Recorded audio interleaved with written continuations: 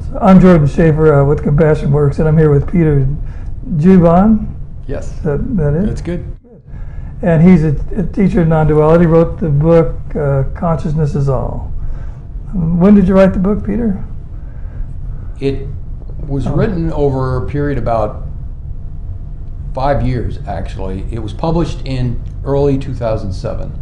And in the 5-year period, it started out as a very small thing and just sort of grew over time because it was became evident that something would get written. Oh, this can be clarified further. Oh, this can be clarified further. So it sort of built on itself, and that's why it went on for so long. And then there was a lot of refinement at the end.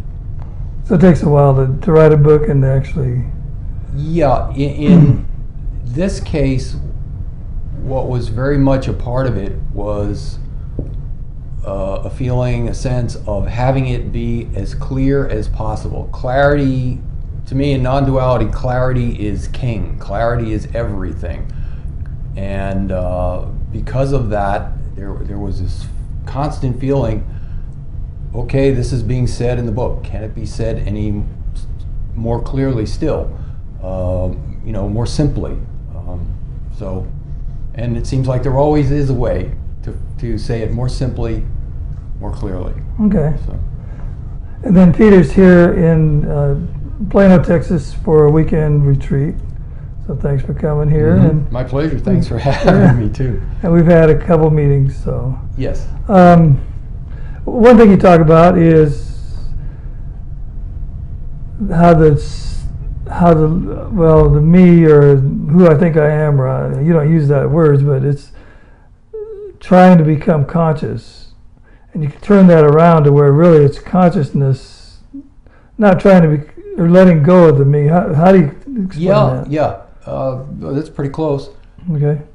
If, and to make a distinction so it's clear, back to that word clear again, that this is not just a theory or one author's take on things or non-duality, but is consistent with actual present experience. One can notice in one's own present experience right now in one's own life that there is this stuff we call presence or awareness or consciousness or life. I capitalize those terms too. We can get into that maybe a bit later, but okay. It's clearly something that's functioning right now. If it weren't, there wouldn't be anything. There'd be no talk, no interview, no nothing. And so that's sort of one noticing. And all it is a simple noticing. And beyond that, one can also notice, well, this presence of awareness that seems to be here, this aliveness, is not something that I personally am doing or am sustaining moment by moment by moment by trying to think. I'm not having the thought, no one is. I've got to think being conscious in order to have consciousness be conscious, to have awareness be present. Awareness is present regardless of whether thinking thinks or not. And Peter's thinking or Jordan's thinking is not going to alter awareness or make it be less present or less aware. That's another thing that one can notice. Here it is.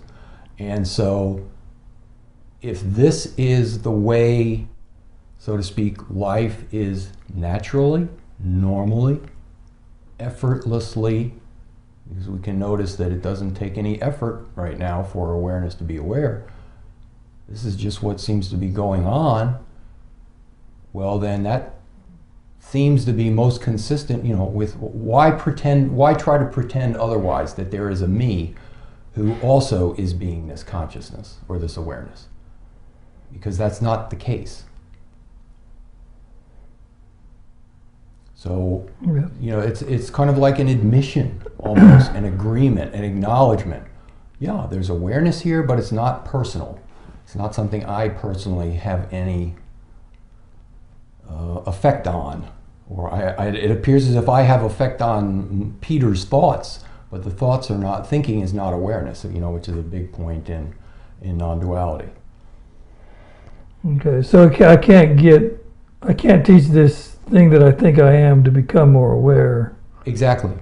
Yeah, and if, again, through just simple noticing or inquiry, as it's referred to, it can be seen that if one looks at, well, what is this me? Exactly of what does this me consist? It is just seen to be a bunch of thoughts. It's always a thought about me, and usually there's also, what they say is an identification with one specific form, this body. An awareness, which is, again, the one being aware, is not any specific form. It appears as if there are a lot of forms awareness is aware of, but none of those forms is aware. This never, they frequently ask the question, well, when was the last time body was aware of you? Can you recall the body ever being aware of you? Of the one who is aware of body? Does that ever switch around? Okay. And change places? And if you stop and ask, well, no. It's never been the case that body has been aware of me, and there's not been an awareness of body. That's awareness doing that. Body is not aware, and there's no consciousness or awareness in or attached to body. It's an item, just like the fan, the ceiling fan, this microphone, the shirt thing, and just another thing of which awareness seems to be aware. And again, that's the one who is, or that which is aware right now. And anything to the contrary, if you look at it, is just an assumption or a thought based on the thought, oh, this body is me. This body is the one who is aware.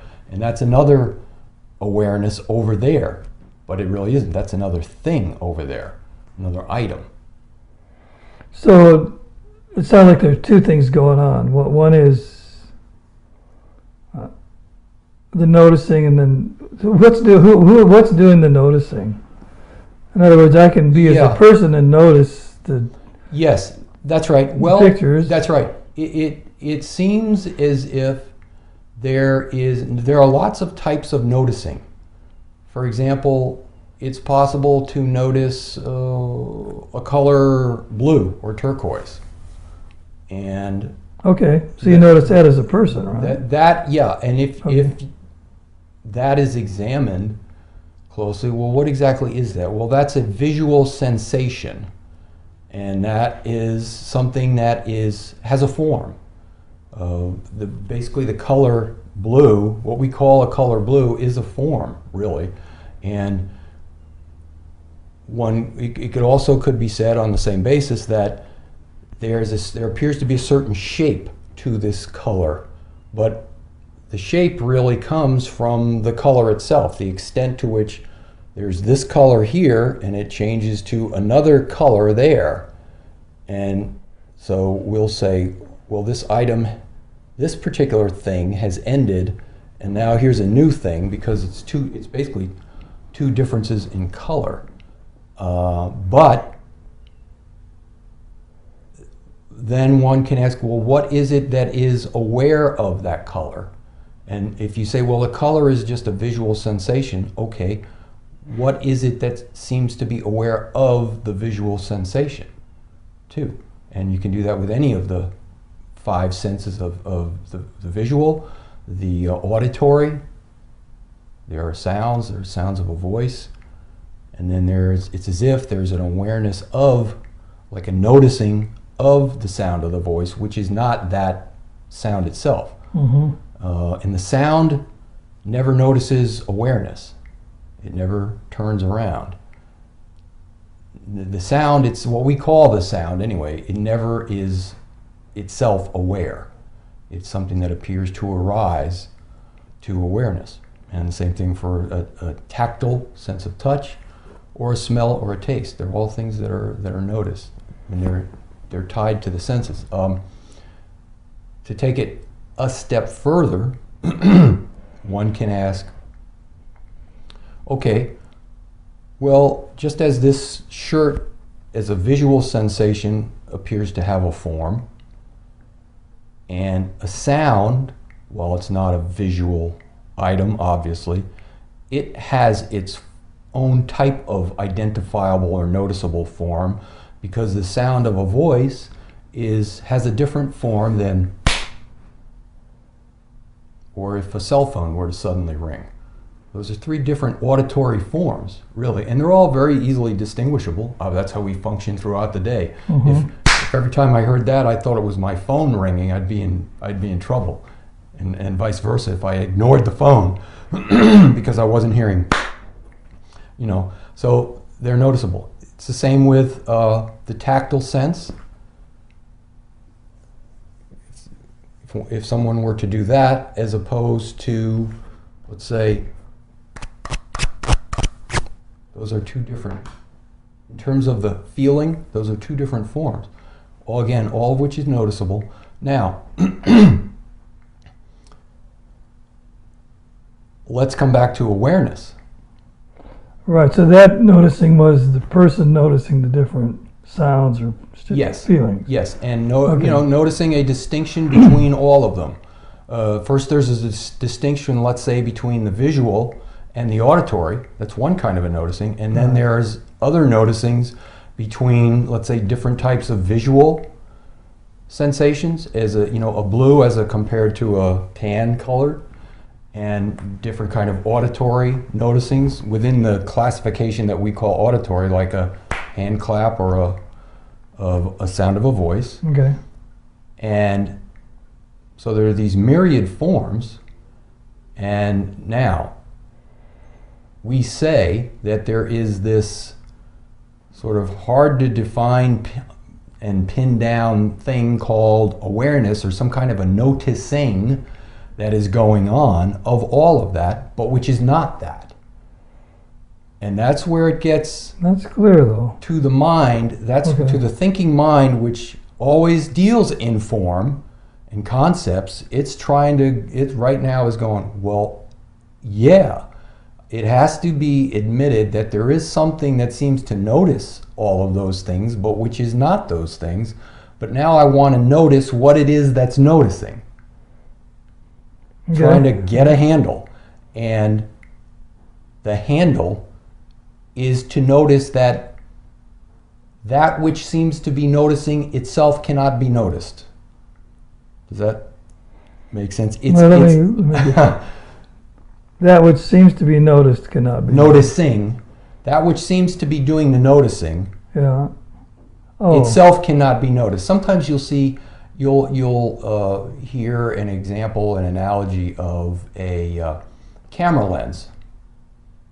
A clear glass camera lens, let's say, as we're using right now. And that lens just, let's say, allows whatever appears to come into its field of view, comes into its field of view.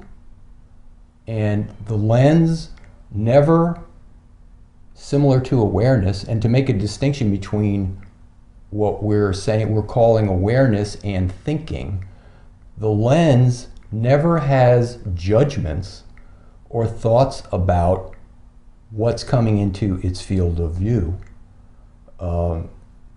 It never says, I prefer that item over there on the left much more than that item over there on the right. None of that goes on. It doesn't say to the photographer holding the camera, I don't like this picture, would you please choose another subject? Or I really like this picture, let's stay on this. None of that happens with the lens, because there's no judgment, there's no thought process.